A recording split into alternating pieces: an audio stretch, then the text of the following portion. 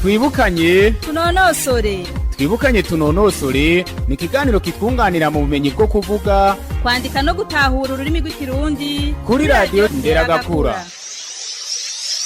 Ndabaramutse mwaraye impore. Namahoro nawe ngiraniye oraye impore. Ndashima Imana inahazwe mu ijuru kwisi naho haza amahoro. Kumengo mu kumansomera imisa.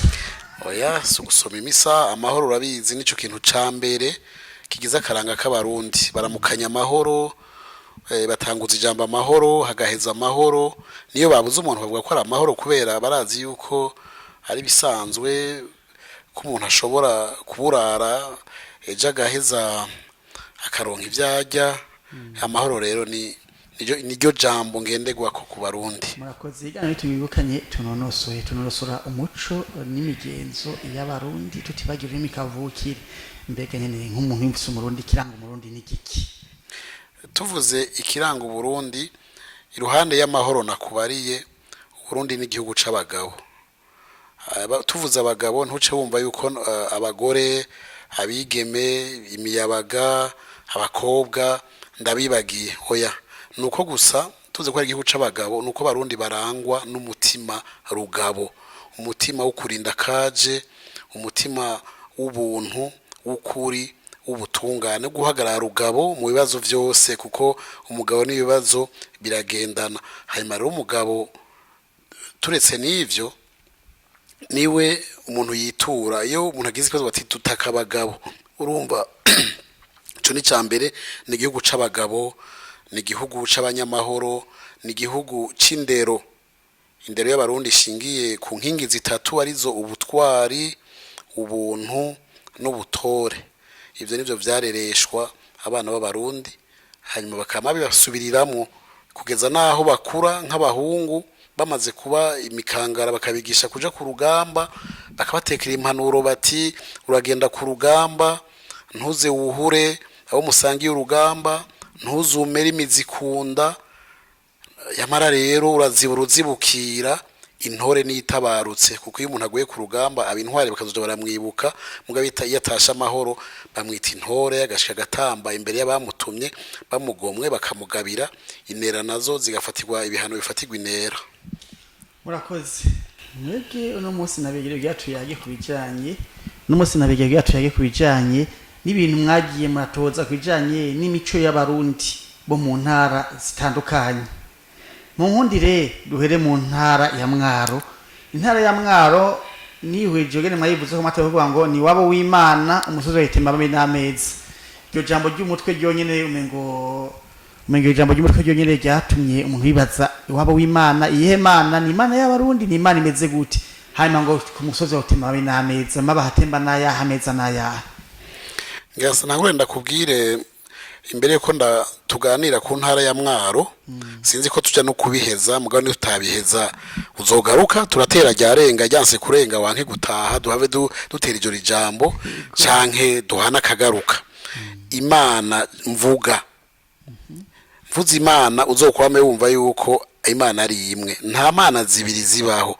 Imana ni imwe, Imana y'abarundi niyo Mana y'abanyarwanda, Imana y'abanyarwanda niyo Mana ya Israeli, Imana yo muri Israeli niyo Mana ya Amerika, niyo Mana y'Uburaya, niyo Mana yamyeho iriho kandi izokwamaho. Nta mana zibiri zihari. Tuvuze ko Mwaro ari wabo w'Imana, wumve yuko mu mvugo y'abarundi abarundi twakuze twumva bavuga ati iwabo w'Imana, naho hari izindi ntara bavuga bati mu mana za Murore, mwana bavuga ati Murore wabo w'Imana, bavuga ati mu mana za Murore, baravuga bati mu mana za Mugera, bati mu vyegwa vy'Imana. Ariko abarundi bafata Imwaro nk'iwabo w'Imana kubera hanini umugirwa wo kubandwa, naho utahereye ngaho uwitwa Kiranga wa mbere, kuko bakiranga ni benshi. Kiranga ni kujya kwa patiri na pastori, bakiranga baraba hose mu miryango yose, ku mitumba yose, mu bice byose bigize igihugu. Ariko Kiranga wa mbere bavuga ko yazananye n'umwami Ntarusha Cyambara ntama, yagerereye muri iyo ntara ahitwa Kungara, hejuru agasumo ka Mwaro. Kuko kubera n'umwami yahora aza kumuramutsa kugira ngo amuhanuze, amutume nawene ku Mana mukandire, baci bahiti wabo w'Imana.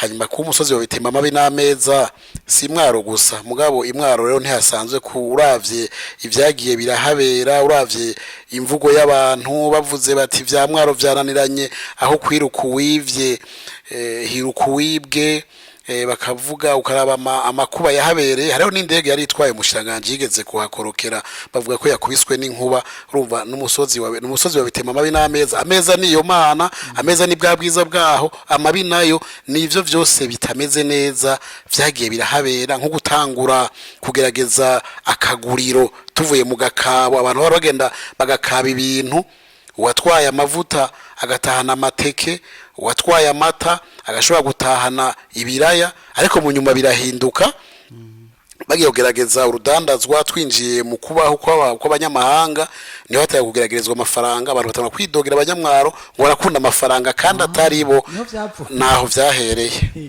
nuko rero ngo ubwishi bw'imbaragasa ubufasha imbwa guterama uwo mwibutsa kweri kucibwa imwaro huhu mwibutsa usigura iki natahura uwo mwibutsa ico sigura nuko ibuye riserutse ritica isuka no kuvuga yuko nihaba hari utunenge ahantu uhagenda wiyubara abandi bavuga ati kwiyubaha ni kubuza kwiyubara kandi ukwigenga ni kubuza kwigengesera hajya abarundi ntibati umugabo arinda kaje nabe ko leta tugitangura iyo umaze kumenya ko ahantu hagoye nk'utwo tunenge tuvugwa imwaro dutuma abantu bacaro bamera amagabo uhagiye wese azi yuko nk'ubo babwiye yuko harigeze ko hari umusuma komeye cyane rurangiranwa bavuga ko yivye umugore wiwe umuntu ahenda yiwe umugore wiwe uba nk'uwo mugore ntuwo muntu asanzwe bagati imwaro rero umuntu hagiye agenda yiyubara bwa bwishi bw'imbaragasa butuma imbwa guterama imbwa igwa imbaraga siguma yiyagaza umuntu rero n'umuntu w'imwaro kubera azi ivyo bamuvuga ko canke umuntu agiye imwaro kubera azi ibihavugwa ko biramufasha kugenda agavye akarikanura ego rero ngo mu gukurikirana ayo makuru y'imwaro ngutoza imico n'imigenzo yaho umuntu ara ya mwaro waraciye n'undi mwibutsa ati nivyo ti iba imwaro ni wabo w'Imana tiwawo wakiranga imana yo ngo imana y'uburundi n'abarundi mwe yo abamata n'ubuki ngo amahoro n'amahonda ngo imbere yo kamadini abazanira amadeni amuraca yibaza ngamo ndayibaza nibaza imwaro kwera iki uvuga yuko ngo imbere yo kimana bazanira ngo imbere yo kimana y'abazungu bazanira ubwo bukoni bazanira amadini ngo cyatukwiza amadeni ahantu imvugo kumengira gumye iyi mvugo iragumye yongeye yoroshe abarundi bari bazi imana nta muntu yaje kubigisha imana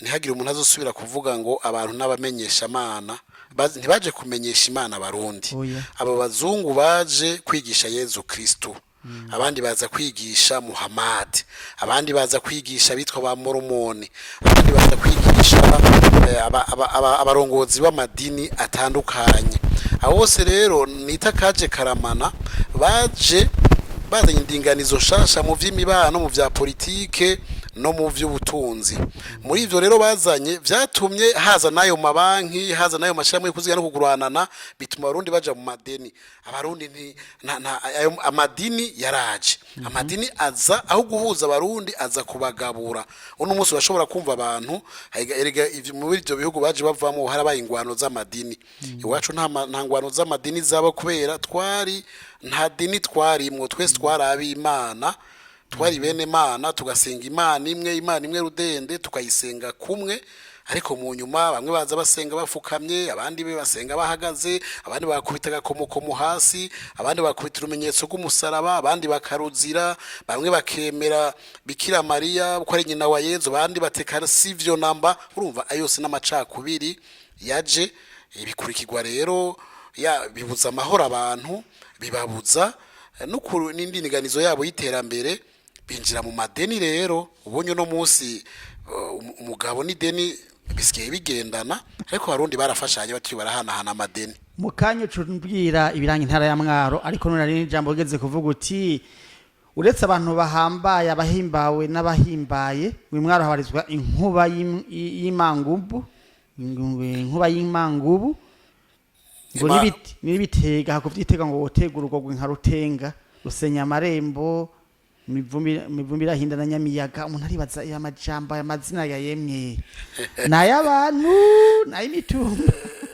urumva naravuze ivyo vy'ibitega iyo nkuba y'imangubu amasake ku nkoko hari bita isekaganda hakaba n'imangubu mu kwemera ko abarundi bavuga bamwe ko inkuba ari sake ikomeye cyane y'umuriro. Isake rero ishobora kuba isekaganda nagasake gatoyi kameze nk'imbwa ijya mujeri itakuze cyane canke kabisake nini yisumbuye y'imangubu. Iyo nkuba rero twayise imangubu kubera inkuba irinzi kubita indege ryari ryambere twumvise inkuba ikubise indege umva iyo nkuba ni gitangaza. Hanyuma ibitega navyo mu kwemera kw'abanyamwaro kandi sibo bonyene gusa ni mu gice c'ikirimiro n'ubututsi mbere n'umugamba kuko umwaro iri muri izo ntara zose. Mwaro iri muri kirimiro ahanini ariko irafise n'igice mu bututsi ikagira n'igice mu mugamba. Aho hantu rero bazi yuko baremera ibitega aho hantu mu gice c'ubututsi kimwe n'umugamba baremera ibitega. Ivyo bitega rero ibikomakomeye bivugwa ni ibitega bine. Hari citwa rutenga gifata umuntu aribwa mu nda gacibwamwo, ari citwa rusenya amarembo gihitana umugabo mu rugo gusa nta wundi kiza kirondera. Hari ico bita nyamiyaga kiza kigatembagaza ibitoki n'ibizimba n'ibiti bikagwa hasi na mivumi irahinda kiza nka nyamugigima. Ivyo nivyo bitega rero bivugwa cyane cyane bikomakomeye. Murakoze cyane kuri uwo muco muri kumaduha ubwoko bw'ibitega bivugwa ari mu ntara ya Mwaro.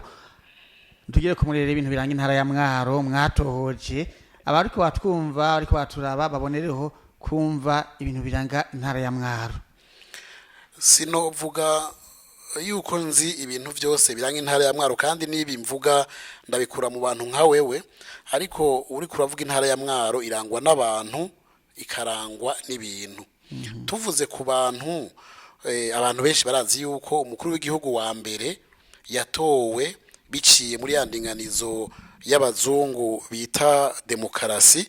Umukuru w'igihugu wa mbere yatowe n'uwitwa Melchior Ndadaye, uwo n'imvukira y'intara ya Mwaro. Mugabe imbere yiwe harabaye abandi bantu rurangiranwa, harabaye nka Karabona, muganwa Karabona niwe muganwa wa mbere yagavye inka nyinshi ugeranje n'abandi baganwa, ahabwiye hose baramwivuga. Niyo bagomvye gukara bakubira turagacibwa na Karabona kuko ciwe na Karabona wacubura inka ukabura ubutunzi. Urazi ko ubutunzi bwa Rundi bwari bushingiye ku nka, imirima n'ibibondo. Umuntu aguheza yakuba turakagira inka n'imirima n'ibibondo.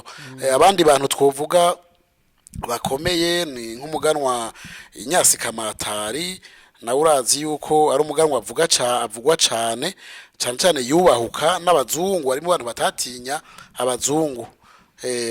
Ahonye naravuze nabizira ubwoba ni sokuru wanje naguteye inkuru iwe mu minsi iheze aho yigishije abantu ko kwirega ari kumena ibanga bagasanga nivyo.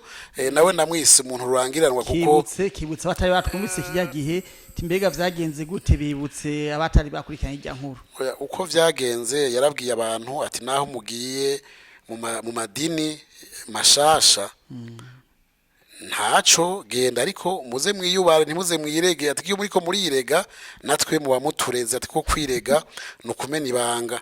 Bagira ngo nukubesha kuko buryo bwo kwirega bukoreshwa n'amadini amwe n'uburyo bwo kurondera inkuru.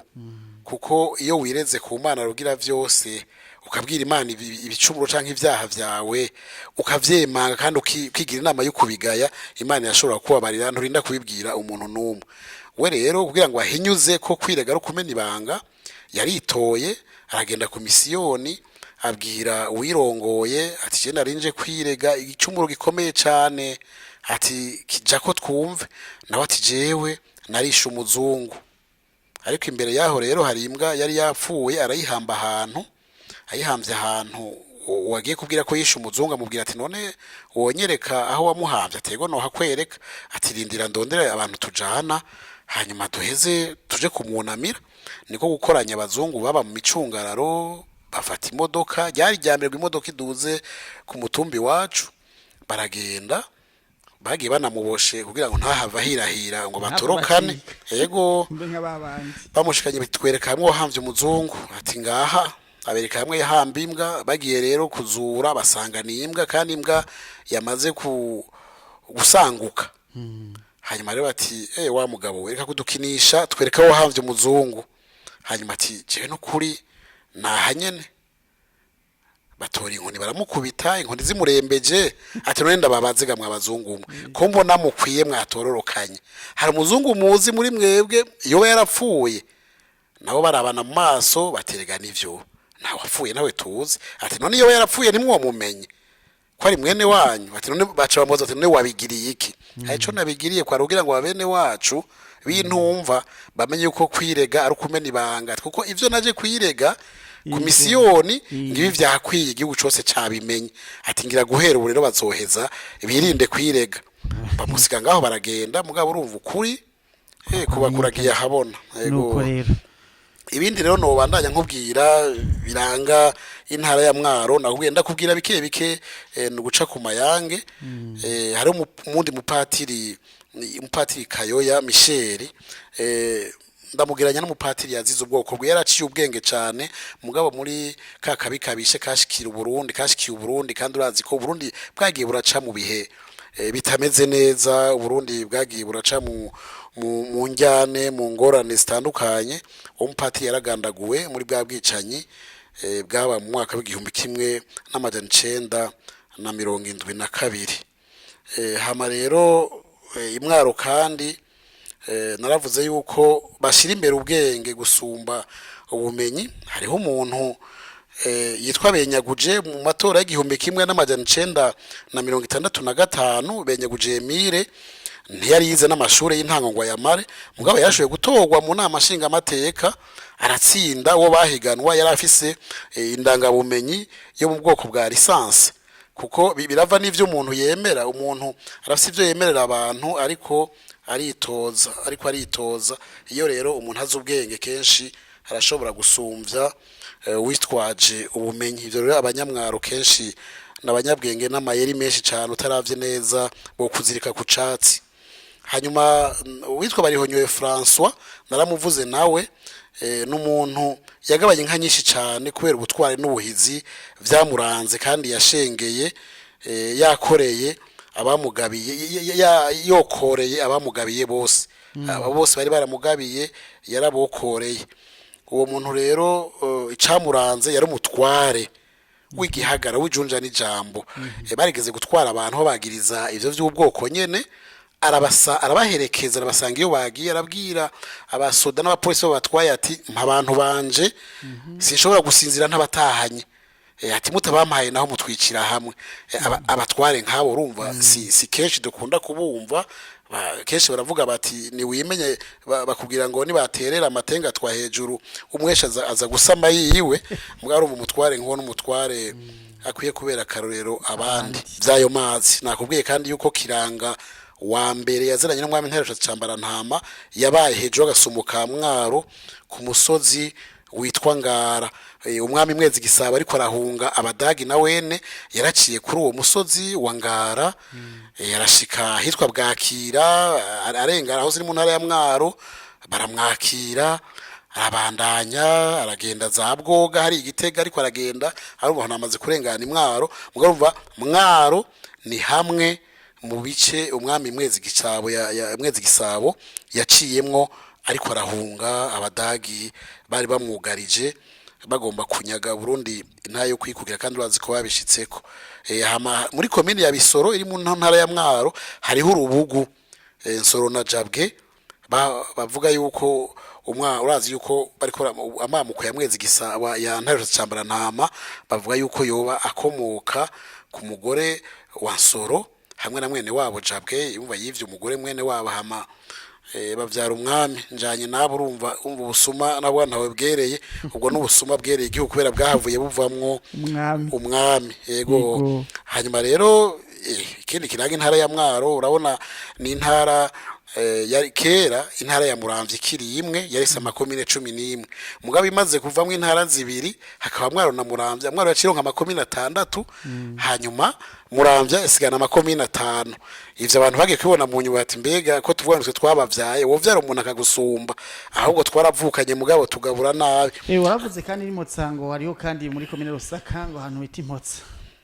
Ego impotsa urazi yuko hazwi yuko hari imva z'abagabekazi aho si muri komine Rusaka mu ntara ya Mwaro niho honyene mu gihugu cyose cy'u Burundi hari intatemwa z'abagabekazi baba abari barutse abami. Mwaro naho ngo ni intara ngo iri mu ntara kamazi 3 wabivuze ngo Bukirimiro Bututsi Mugamba nivyo bigenda gute nibyumvikana.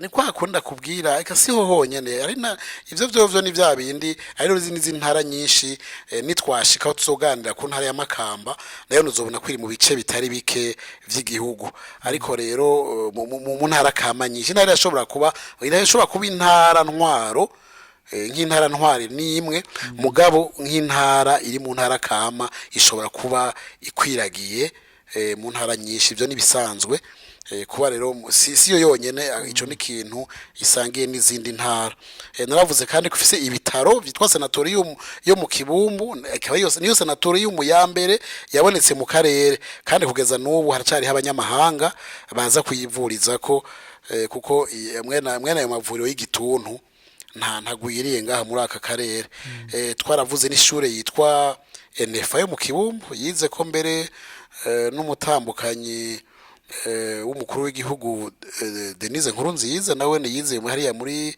NFA yo mu Kibumbu kambere n'abagore b'abategetsi benshi mu misi heze niho biga ico gembe ni yari bwa BNFA bayita ménagère sociale ni shuri dasanzwe ntande hari NFA mu Burundi urabizi niho honyene amarise ni menshi amakoleje ni menshi mugabo NFA ni imwe mu gihugu cose kandi iri mu ntara ya Mwaro hanyuma rero navyo n'ikigo izabu bwira ubushakashatsi kubitegwa kiriho kuva mu mwaka w'igihumbi kimwe n'amajana 1929 ni cakera cyane kiri Gisozi mu ntara ya Mwaro twaranavuze kandi ivyo ntitwobideha ko ari nayo ntara ya nyuma mu Burundi bwose yarose kaburimbo ntawuzi ico yazize na karusera yiciyeko yumvire nawe ariko nibisanzwe na karusi n'intara nk'izindi zose nitwidogera karusi ahubwo twokwidogera abatanga ikaburimbi muri ico gihe mugabo ntaco burira ntibutera ku mpeshi ubonye niyo ifise ikaburimbi rya mbere ryiza niko no bivuga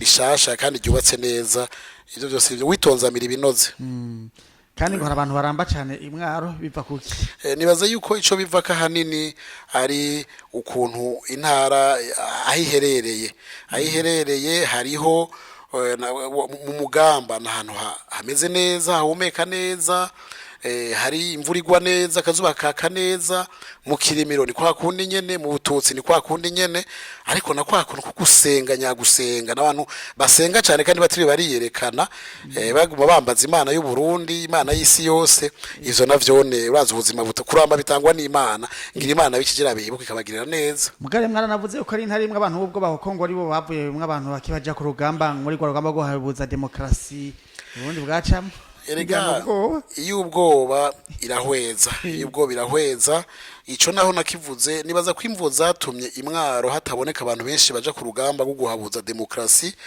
bwa mbere ico c'ubwoba ntawo kideha abahinga bazobitohoza mugabo kandi kindi coba kibituma ni kubera izo njyane z'amoko uravye intara itakozwe ko n'injyane z'amoko intara ya Mwaro hari ndibuka musenyeri nta mwana yarigeze kuza hano ku musozi wa Ngara arahubaka isengero aho nyene kiranga yahoraba bayita ikirisare n'isengero ntoyi aranavuga yumvise ukuntu abantu bo mu moko yose bagenda kuri uwo musozi wa Ngara bakegeranira hamwe ati nibaza kutwica batwishire hamwe abicanyi avuga ati ese Burundi bwose bwomera nk'uwo musozi wa Ngara uko rero kuko abantu baho ntibaharurana mu bwoko baharurana muco bamariraniye bapfandika barutwa n'abamariraniye n'ubwoba ariko kandi harimwo n'ubumwe no kunywana kubaranga ngo rero n'inzu ikomoka imwaro atandi oyisanga ngo yitwa ngwiki navuze ko ari inkuba niyo nkuba nyene yakubise indege inzoga bita ngo inzoga murahakajari inzoga yitwa murahakajari inzoga murahakajari abandi bayita umunanasi abandi bayita umukorora canke umukorora jipo iyo nzoga kera yakogwa mu nanasi muga mu nyuma havuye haza abantu kubera yari inzoga nziza cyane bahavuye bayihindura bakoresha isukari icayi itabi imwe yitwa turumbombeke inzoga yahora ari kinyobwa ciza icikuburozi abantu abantu baragwara no gupfa barapfa. Iyo nzoga rikomoka rizwa kwibambiro ni hafi yo kumuyebe muri komine Kayokwe mu ntara ya Mwaro. Hari nakandi kantu wavuze Novani katwengeje mwe Mwaro n'abahinga mu guhonja. N'abahinga mu guhonja cyane kandi muhonje ntagura ubwo bihinga ndibuka twese twari tubuzi tukiri bato twaragenda ku bantu badandaza ivyema ibiyoba baguhonja musango bahonja bitatu. Warashobora kubabwira uti uwumuhonja vyinshi niwe ngurira. Uwa mbere aguha bitatu, uwa kabiri akaguha 4, uwagera ku 10 aguha 15, hama ugasanga ivyo wahonjwe bisumba ivyo wari kugura. Ugacu ukigira. Hari marango mu kuvuma na mwaro ngo ni bakaro hariho.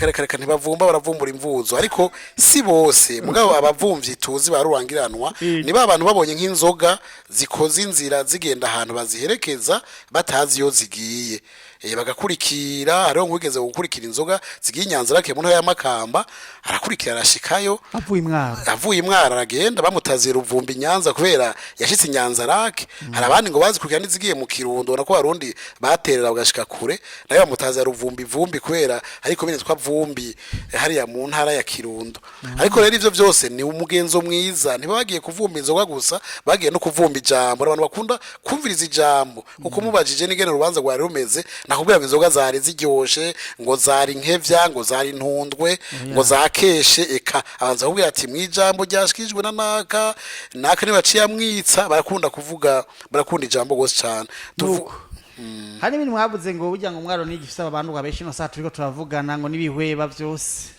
ego umugirwa wo kubandwa urabona waragiye warasinzikajwe cyane na Ecclesia Katolika uko kera abantu babandwa ku murango abanyamwaro nubu ari hacari ahantu hamwe nko muri komine Gisozi na Bisoro aho abantu bakibandwa ku murango no kurinda ko hariho n'umwibuzo uvuga ngo wanka amazimwe abandwa habona mbwa abandi benshi baratinye gutinya ko amamisiyoni na abasekuru Ecclesia Katolika bo batoteza baci baje barabandwa mu ijoro urona abantu imwaro n'ukuri hacariho abantu babandwa mu makomine yose gize intara ya Mwaro hacari abantu babandwa novuga ko ari benshi ugeranje n'izindi ntara z'u Burundi nuko rero ngo kandi abanyamaro bashobora kukibukanira bakuvuga binyegeje iyo hari abantu bakora mu gisata cyo gutwara abantu n'ibintu barazi yuko mu ntara ya Mwaro nk'iyo abantu bagomba kuvugana ikintu babwira ubutwara imodoka gahagarara ukuntu bamanutse munsi y'barabara bakaganira kubera barazi ko ibanga riri mu ndu umutima ari kibabi bakagaruka baje kuganira bapfunditse ijambo kandi isoko si yagiro batega ku isoko n'abantu bakiri kukaranga keza kabarundi kamuvugumye ibanga irenze umuntu wari barirenze impinga none ahantu ho mwavuze ko Mwaro ba mbere bambika inkibirato ikintu kiratwengeje ivyo kenshi babigira kugira ngo nkiyo bivyinka iyo bivyinka kenshi bazambika n'ibirato babihindukije urumva ikirato caraba imbere bakacambika inka kiraba inyuma wowe rero ugiye ku makanda y'inka zawe ziyibwe wakurikira inka uje iyo zavuye kuje iyo zagiye bwari ubuhinga bwo kuyova n'abahinga bibana ubwenge bwinshi cyane bigaheza izo nka zikagora gutora mu matwana ho ngo ni bakaruhariwe ngo ibintu rero gutora amatora ngo batayatsinze ngo niyo batayatsinze barashya neza cyane ico nagombye kuvuga urumva baritoza ndaderone yagiye mu matora benshi bari bazi ko atayatsinda ariko wewe yarabizi n'abamwegereye cyane yarayatsinze hanyuma iruhande yandadaye tumaze kuronka abantu barongora yamigwijejwe amatora kandi babikora neza cyane uwa mbere ni Sinunguruza Terence mu gihe candadaye nyene niwe yarahagarikiye amatora mu nyuma twararonse bitwa Kazise Pierre Claver Dr Kazise Pierre Claver agarikira amatora ejo bundi mu 2020 agenda neza cyane nize ko zoronka n'uwundi ngira ngo mu matora azokurikira yuko intara ya Mwaro yifisirwa nsho twani twagitebako ivyo vy'igisirikare ariko bariki mwavuze ngo niyo ntare se mapinusi meshe mapinusi n'ibiti novuga ntibitamera mugabo ngo burya ngo uravye neza wa mapinusi naca mari intara ya Mwaro wakuru ngo usanga ngo ni ibihano bivuye kuki kenshi yabene gihugu bashikirijwe umugambi batawusiguriwe neza uwo mugambi ntibaheza ngo bawuhurumbire gose. Byarabaye hariho abatware benshi mu ntara ya Mwaro n'ahandi basuka amazi ashushe ku ngemwe z'ikawa kugira ngo zume kubera batari babwiwe neza ikawa ico zije gukora. Amapinusi gihe yategwa mu ntara ya Mwaro yaratewe ku bwinshi, hakoresha uburyo bwinshi, mugabo basanga hatewe n'ivyatsi nka zahora zirisha bica vyuma. Hama uciye ico giti nta kindi gisubira kuhamera. Urumva rero byabujije abantu isi ndimwa, bitwara akanovera k'isi ndimwa, hanyuma bituma inka ziburaho zirisha, abanyamwaro babura uburagiro. Ivyo rero byarashavuje cyane abanyamwaro, kandi basanga niyo ntara yatewe mu mapinusi menshi, bagatangura kwibaza bati ubwo nibwo bari gwagwanko gwavugwa hagati y'intara ya Bururi n'intara ya Muramvya, ko Mwaro yari Muramvya ico gihe bakagomba guhana nico bari nk'igihano cy'aba banyamwaro. Byaravuzwe cyane, bamwe bakavuga ngo ya mugambi wari ukuzokoramwo impapuro, abandi ngo hazokogwamwo bijya bita kose bifata ku nkoko ya giti kiba gice c'igiti kiri ku nkoho. Mugabo ntitwigeze tubona ikintu na kimwe gikorwa muri ayo mapinusi. Amwe yarapfuye, yarakuze, arateba aruma, yumira hejuru, kandi n'ibicanye imeze nk'igitongati, imeze nk'inyabara, ntishobora kurambisha umucanwa. Ivyo byose rero abanyamwaro ntibavyakiriye neza cyane. Hari ikintu wavuze ngo umunyamahubwe ngo kira ngo ntibakunda umuntu akira. Ego kandi sibo bonyene, mugabo bararengeje aho sino kubesha kweri. Niyo uteye imbere ako kantu karacabagora, ntibabinezererwa cyane, biracabagora. Niyo ubajije umuntu ingene yakoze umugambi, kuko harimwe abadandaza benshi ni nabo batanguye kudandaza, nabivuze. Mugabo rero babwiye uti twigisha aho kwigisha abandi, umuntu wese ari basa tuntu twanje. Yego wabwiye ngo kirana nabo ngo bacakubwira ngo urakoze ko bati twese ko bagira bati niyakira ntituzomukira. Baragushimira uko barashima yuko bakira batera imbere. Ariko byose ibintu ndavyita ubujuju, kuko ugomba gukira ukiza abandi, kugira ngo nahandi ukarima wenyene ukimbura wenyene, naho utimbura bazoza bakwibe. Hama nibabona urarira cyane ukwica bakwice, akona kantu kakibagora. Bakunze radionera gakura ntuzotanga ni bagenda imwaro kabyatekira kuko bati dukirane bacabwira ati turakoze.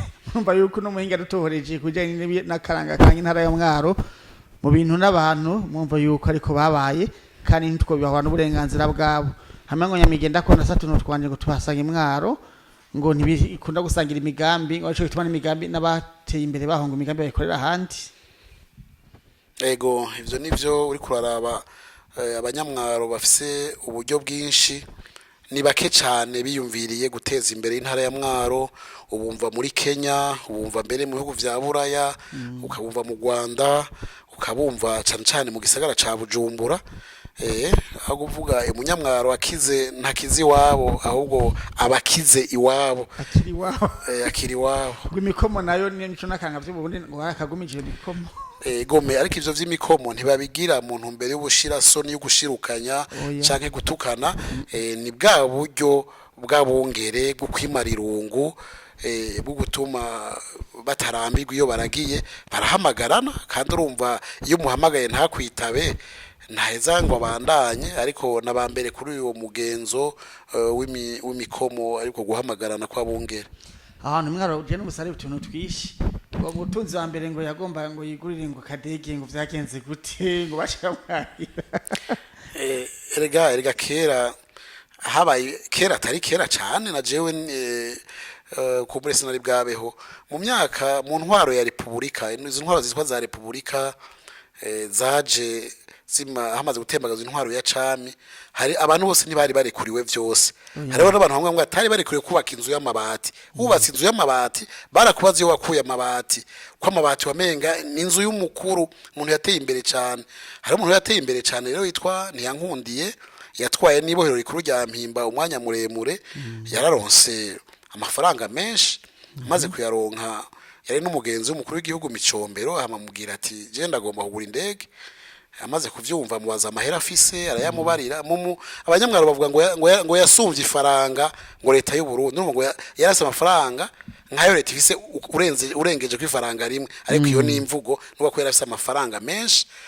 Umuntu rero arashobora kuzira utwiwe atawe yatwivye, ntawe uzi ko yari yaribwe, nta matohoza yabaye, ntawe uzi ko yari yararondeye. ariko ko yari yashatse kugura indege bari kumureka akagura indege hanyuma iyo ndege kumbure niyo ufashije abanyamwaro gusa mbwa urumva yaciye apfungwa batubwiye ibintu byinshi ngo bamumanitse isuka hejuru ngo isuka niyahera ngo uzoca uvayo urumva isuka itari kwirarima kugira ihere nawe urumva biragoye ico n'igihano ruhasha ariko iyo ni imvugo ni imvugo byarabaye niwe muntu murundi wa mbere yagombye kugura indege rero numva mwatoje vyinshi ngo umugwi w'umupira w'amaguru nawo agakora FC vyagendeye gute w'imwaro ngo urandikije amateka twavuye tuwita Kamaramaza FC kubera gutsindwa ibitsindo birenga 200 ryabaye rya mbere ivyo ntawo bitebako kubusa no mugwi w'Ingozi ariko ngira ntibizosubira mugabisigura yuko urukino rw'umupira w'amaguru rudateye imbere muri iki gihe mu ntara ya Mwaro. Ngo hariho uruzi rudasanzwe uruzi rudasanzwe bamwe bagwita uruzi nakuzi cyangwa umwonga munini gwitwa Nyabahururu ruri ku musozi wa Benja igituma uruzi rudasanzwe mu mvugo y'abarundi kujana Nyabahururu no gupfa gukurikira ibintu cyangwa umuntu udatohoje ngira vyavuye kuri urwo ruzi kuko uravye urwo ruzi urukurikiye ruherera mu kuzimu ni guhera mu kuzimu ntumenya aho ruherera urakurikira niho inzuzi zirafise aho zisuka batirujya ruvuye ngaha gwisuka muri ruriya ariko Nyabahururu gwisuka hano mu kuzimu ntamenya naho gwiburukira umuntu ngo bavuze ngo arahumye ngo urahumye nka Kayokwe babashatse kuvuga ngo iki bavuze Kayokwe nigo ruzi rumaze mu gihumbi 1946 rwarasebuye hama rero rurahitana abantu benshi rurasambura inzu ku nkengera zawo gasanga hari ibikoresho vyo mu nzu umuntu yasangaho abantu baragira ubwoba gwarateye ubwoba abantu nivyo bintu iyo byavuye bakahebura iyo rero uhumye ukoze ibintu bitameze neza bavuga uyigumutse bavuze urahumye nka Kayokwe bwa muri yaho tumengo ni rutoyi sinumvuge ne gwatwaye abantu n'ibintu erego ubusigo buhuma ntibuba bunini abarundi barayamaze ubusigo buhuma ntibuba bunini nuko rero tubandanye tuyaga kubijanga intara ya Mwaro muravuga muti kandi ti hari abantu barurangiranwa mu vyiza no mu bibi duhere ku vyiza ntaho hera ku bibi abantu babaye rurangiranwa muri makucishe ko hejuru nk'abandi n'abandi mu vyiza tuvuze mu vyiza nibibi ni benshi ntaho bavuga kandi ivyo si ivyo ku ntara ya Mwaro gusa ariko wibuke nk'umuntu yitwa Kigondera yakoresheje ubwenge bwinshi cyane mu gutoza inka nyinshi. Kigondera wewe umwami ngo yatije ubwa mbere yatije urushinge umwami amaze gutiza urushinge umwami nawo mubaza ingene yo mushimira. Kigondera yatize urushinge umwami yamubaza ingene yo mushimira ati je mu kunshimira uhavumpa inka uhavumpa itongo uhavumaho ntwara ariko jewe ico ndagusavye uzomvuge mu izina n'abantu bose bumve kunzi ko jewe umwamanzi ubwo n'ubwenge ama rero umunsi umwe ariko aragendera mu kibano intara Kigondera yabamwo aradondagura ibitagenda neza ati ariko Kigondera ibintu byose bikaba ubibona ntumbarire ntiwamame. Kigondera ati mwami w'Iburundi ntibizosubira. Mwami agiye Kigondera akoranya abantu ati mwabantu mwe murumvise ko ivyo mukoze byose bitukwa jewe uburongi yanda bashengeze ko abikora ndabazi baramuhenda henda umwe amuhinka wundi zibiri wundi zitatu bivanye n'uburemere bw'ivyo yiyotsa maze wa mugabo na gutunga inka nyinshi cyane urumva nkaho yakoresheje ubwenge bwinshi cyane hama witwa Biryana n'umusuma ruhebwa yivyo umugore wiwe ko umugore guma musaba ati ndashaka kugura impuza ati reka nzozi kugurire kuko wogenda kuzigura imwaro bariba n'ijisho bararitwara bo yakwiye umugore ati reka nje kwigurira ayamuhaye arabona aho yapfunitse ku ipfundo araheza muje inyuma ariko arenjira mu isoko mu bantu benshi akatajya apfundo n'umukasi umugore yatasha muri ratega yamahera ni wambeje bayanyivye ati sinakubwiye ati rero mu mwaka uza nzogurira impuzu umugabo ntuzusubire kwijana y'imwaro ntiyashoboka umugore urumva n'uwo mugabo wiwe yari yayamwivye ivyo byose umugore ntavyo yamenye vyamenywe n'abagabo Biryana heza kigamba bamwumva abandi witwa Kanzanza Kanzobe yavuze ko mu banyabwenge uhacana ubwenge buke nk'uwo mugani uwo mwibutsa kenshi bavuga yuko hari umuganda w'inkwi yagomba yabonye adashobora kwikorera hanyuma rero arabutembagaza yawusanga iyuri yarawukurikira bamubajije igituma yagize ivyo agira ati mu banyabwenge uhacana ubwenge buke ariko ubwenge n'ahari buke burashobora kugukiza kandi iyo ubonye ahantu h'abanyabwenge ukicisha bugufi ukigira ikijuju kandi ubuzi urashobora kurengana muri abo bantu cyangwa ugashika ku byo ushaka gushikako bavuze bati uyo nta numukeka cyo tuvuge byose ntanatwumva si byo kwishira hejuru rimwe na rimwe umurundi aresha utwiwe atawe yatwivye umuntu ashobora no kwambara nawe mbwa atabuze impuzu akajya ibijumbu n'ibiharage bidakaranze kandi atabuze ivyo kurunga ivyo byose no tubikesha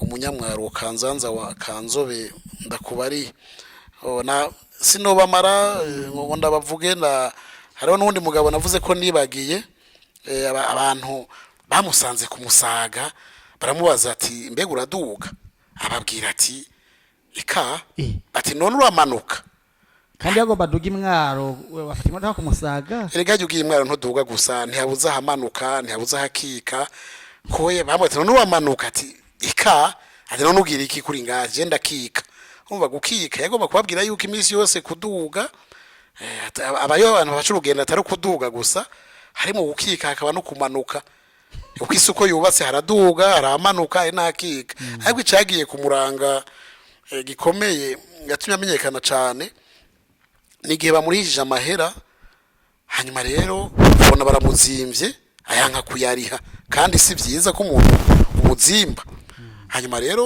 urabona ko bajya abantu bakora mu bita bakonvoyere abandi batandiboye bajya bafasha abashoferi mu kurihisha mu modoka no mu kwinjiza abantu barakara keshi barakara cyane kandi haragihe ono faso natari gwinshi bashobora mutwaye isakoshi yiwe iyo sakoshi yari mu radio hanyuma rero ya mahera yayegeranje yayaronse ahitana umuhungu wiwe bagenda hajya ku isoko babwira umupolisi kizigenza yararongoye abandi hajya kuri rya soko aho zisoko nkuru ya Bujumbura ati umuntu hitwa naka akora ku modoka zija hana yantwaye isakoshi yari mu radio amahera nyagiriza ngaya na yaronse yanyaka yarandenganije nayamuzanye nawo umuntu mire kwa misakoshi niko kumutuma ko ntiyari nakure acaraza zizanye ya sakoshi yugure abona ya radio irimo byose baramaze byose birakwiye birakwiye cyari kiganiro twibukanye tunonosore mutegurirwa mugashikirizwa na radio Nderagakura.